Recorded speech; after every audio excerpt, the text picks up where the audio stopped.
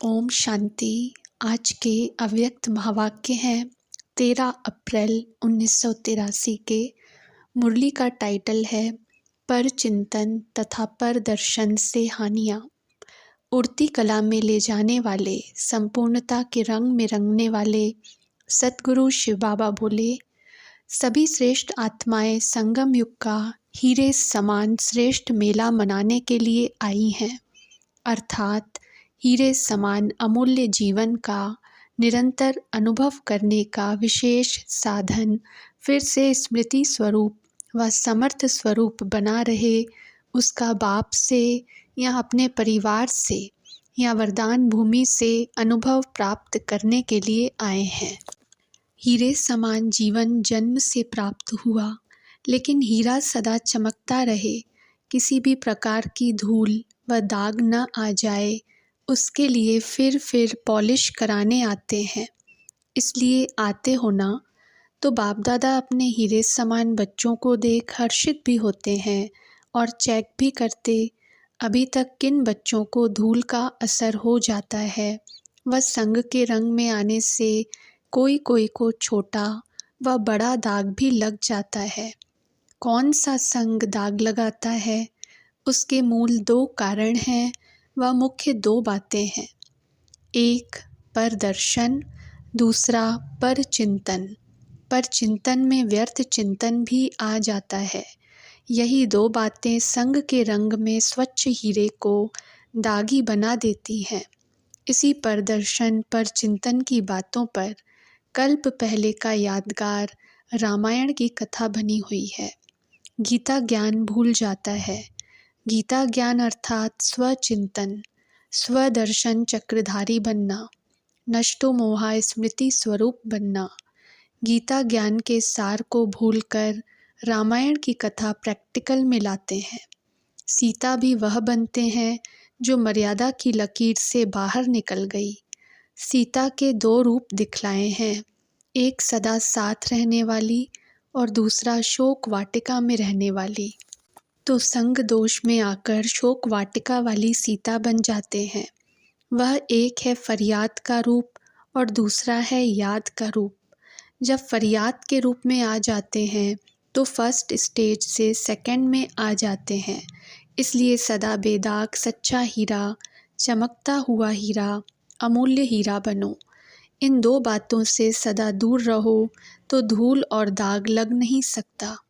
चाहते नहीं हो लेकिन कर लेते हो। बातें बड़ी नई रमणीक बताते हो। अगर वह बातें सुनाएं तो बहुत लंबा चौड़ा शास्त्र बन जाएगा। लेकिन कारण क्या है? अपनी कमज़ोरी। लेकिन अपनी कमज़ोरी को सफ़ेदी लगा देते हो और छिपाने के लिए दूसरों के कारणों की कहानियाँ लंबी बना देते हो। इसी से परदर्शन पर चिंतन शुरू हो जाता है। इसलिए इस विशेष मूल आधार को, मूल बीज को समाप्त करो। ऐसा विदाई का बधाई समारोह मनाओ। मेले में समारोह मनाते हो ना, इसी समारोह मनाने को ही मिलना अर्थात बाप समान बनना कहा जाता है। अच्छा, महिमा तो अपनी बहुत सुनी है। महिमा में भी कोई कमी नहीं रही, क्योंकि जो बाप की महिमा वह बच्चों की महिमा। बाप दादा का यही विशेष स्नेह है कि हर बच्चा बाप समान संपन्न बन जाए, समय के पहले नंबर 1 हीरा बन जाए। अभी रिजल्ट आउट नहीं हुआ है। जो बनने चाहो, जितने नंबर में आने चाहो, अभी आने की मार्जिन है। इसलिए उड़ती कला का पुरुषार्थ करो। बेदाग नंबर 1 चमकता हुआ हीरा बन जाओ। समझा क्या करना है? सिर्फ यह नहीं जाकर सुनाना कि मधुबन से होके आए, बहुत मना के आए, लेकिन बन करके आए हैं। जब संख्या में वृद्धि हो रही है तो पुरुषार्थ की विधि में भी वृद्धि करो। अच्छा, ऐसे सर्व उड़ती कला के पुरुषार्थी, सर्व व्यक्त संगों से दूर रहने वाले, एक ही संपूर्णता के रंग में रंगी हुई आत्माएं, समय के पहले स्वयं को संपन्न बनाने वाले प्राप्ति स्वरूप विशेष आत्माओं को बाप दादा का याद, प्यार और नमस्ते। पार्टियों के साथ मुलाकात। पहला पॉइंट, सर्व संबंधों से बाप को अपना बना लिया है। किसी भी संबंध में अभी लगाव तो नहीं है, क्योंकि कोई एक संबंध भी अगर बाप से नहीं जुटाया तो नष्टो मोहा स्मृति स्वरूप नहीं बन सकेंगे। बुद्धि भटकती रहेगी। बैठेंगे बाप को याद करने और याद आएगा धोत्रा पोत्रा।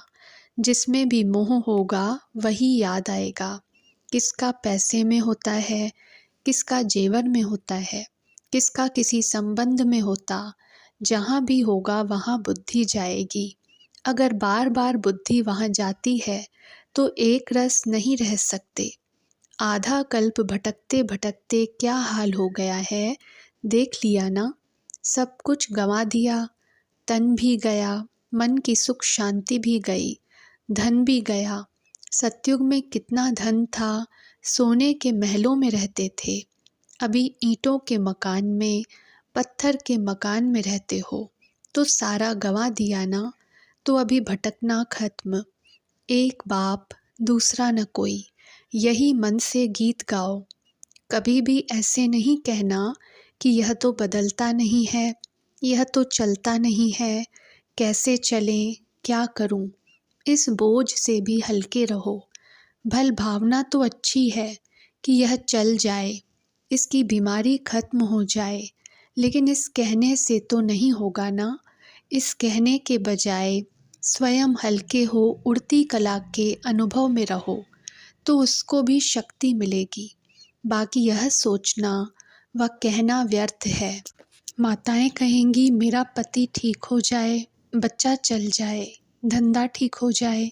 यही बातें सोचते या बोलते हैं, लेकिन यह चाहना पूर्ण तब होगी जब स्वयं हल्के हो, बाप से शक्ति लेंगे। इसके लिए बुद्धि रूपी बर्तन खाली चाहिए। क्या होगा, कब होगा, अभी तो हुआ ही नहीं, इससे खाली हो जाओ। सभी का कल्याण चाहते हो तो स्वयं शक्ति स्वरूप बन, सर्वशक्तिवान के साथी बन, शुभ भावना रख चलते चलो। चिंतन व चिंता मत करो, बंधन में नहीं फंसो। अगर बंधन है तो उसको काटने का तरीका है याद। कहने से नहीं छूटेंगे, स्वयं को छुड़ा दो तो छूट जाएंगे। दूसरा, संगम युग के सर्व खजाने प्राप्त हो गए हैं। कभी भी अपने को किसी खजाने से खाली तो नहीं समझते हो, क्योंकि खाली होने का समय अभी बीत गया, अभी भरने का समय है। खजाना मिला है, इसका अनुभव भी अभी होता है। अप्राप्ति से प्राप्ति हुई तो उसका नशा रहेगा, तो भरपूर आत्माएं बनी। ऐसे तो नहीं कहते कि सर्व शक्तियाँ हैं, लेकिन सहन शक्ति नहीं है, शांति की शक्ति नहीं है। थोड़ा क्रोध या थोड़ा आवेश आ जाता है, भरपूर चीज़ में कोई दूसरी चीज़ आ नहीं सकती। माया की हलचल होती अर्थात खाली है। जितना भरपूर उतना हलचल नहीं। तो क्रोध, मोह सभी को विदाई दे दी या दुश्मन को भी मेहमान बना देते हो। यह दुश्मन जबरदस्ती भी अंदर तब आता है जब अलबेलापन है। अगर लॉक मजबूत है तो दुश्मन आ नहीं सकता। आजकल भी सेफ रहने के लिए गुप्त लॉक रखते हैं, यहाँ भी डबल लॉक है। याद और सेवा, यह है डबल लॉक, इसी से सेफ रहेंगे। डबल लॉक अर्थात डबल बिजी, बिजी रहना अर्थात सेफ रहना। बार बार स्मृति में रहना, यही है लॉक को लगाना। ऐसे नहीं समझो मैं तो हूँ ही बाबा का, लेकिन बार बार स्मृति स्वरूप बनो। अगर हैं ही बाबा के तो स्मृति स्वरूप होना चाहिए, वह खुशी होनी चाहिए। है तो वर्षा प्राप्त होना चाहिए। सिर्फ हैं ही के अलबेलेपन में नहीं, लेकिन हर सेकंड स्वयं को भरपूर समर्थ अनुभव करो। इसको कहा जाता है स्मृति स्वरूप सो समर्थ स्वरूप। माया वार करने न आए, लेकिन नमस्कार करने आए। तीसरा, सभी अपने को पूज्य आत्माएं अनुभव करते हो। पुजारी से पूज्य बन गए ना। पूज्य को सदा ऊंचे स्थान पर रखते हैं। कोई भी पूजा की मूर्ति होगी तो नीचे धरती पर नहीं रखेंगे। तो आप पूज्य आत्माएं कहाँ रहती हो? ऊपर रहती हो। भक्ति में भी पूज्य आत्माओं का कितना रिगार्ड रखते हैं। जब जड़ मूर्ति का इतना रिगार्ड है तो आपका कितना होगा? अपना रिगार्ड स्वयं जानते हो, क्योंकि जितना जो अपना रिगार्ड जानता है उतना दूसरे भी उनको रिगार्ड देते हैं। अपना रिगार्ड रखना अर्थात अपने को सदा महान श्रेष्ठ आत्मा अनुभव करना। तो कभी महान आत्मा से साधारण आत्मा तो नहीं बन जाते हो। पूज्य तो सदा पूज्य होगा ना। आज पूज्य कल अपूज्य नहीं, ऐसे तो नहीं होना। सदा पूज्य अर्थात सदा महान, सदा विशेष। कई बच्चे सोचते हैं कि हम तो आगे बढ़ रहे हैं, लेकिन दूसरे हमको आगे बढ़ने का रिगार्ड नहीं देते हैं। इसका कारण क्या होता? सदा स्वयं अपने रिगार्ड में नहीं रहते हो। जो अपने रिगार्ड में रहते वह रिगार्ड मांगते नहीं, स्वतः मिलता है। जो सदा पूज्य नहीं, उन्हें सदा रिगार्ड नहीं मिल सकता। अगर मूर्ति अपने आसन को छोड़ दे या उसे ज़मीन में रख दे तो उसकी क्या वैल्यू होगी? मूर्ति को मंदिर में रखें तो सब महान रूप में देखेंगे। तो सदा महान स्थान पर अर्थात ऊंची स्थिति पर रहो, नीचे नहीं आओ। आजकल दुनिया में कौन सी विशेषता दिखा रहे हैं? मरो और मारो, यही विशेषता दिखाते हैं ना। तो यहाँ भी सेकंड में मरने वाले, धीरे धीरे मरने वाले नहीं। आज मोह छोड़ा, मास के बाद क्रोध छोड़ेंगे, साल के बाद मोह छोड़ेंगे, ऐसे नहीं। एक धक से झाटकू बनने वाले। तो सभी मरजीवा झाटकू बन गए, या कभी जिंदा कभी मरे। कई ऐसे होते हैं जो चिता से भी उठकर चल देते हैं, जाग जाते हैं। आप सब तो एक धक से मरजीवा हो गए ना। जैसे लौकिक संसार में वे लोग अपना शो दिखाते, ऐसे अलौकिक संसार में भी आप अपना शो दिखाओ। सदा श्रेष्ठ, सदा पूज्य, हर कर्म हर गुण का सभी लोग कीर्तन गाते रहें। कीर्तन का अर्थ ही है कीर्ति गाना। अगर सदा श्रेष्ठ कर्म अर्थात कीर्ति वाले कर्म हैं तो फिर सदा ही लोग आपका कीर्तन गाते रहेंगे।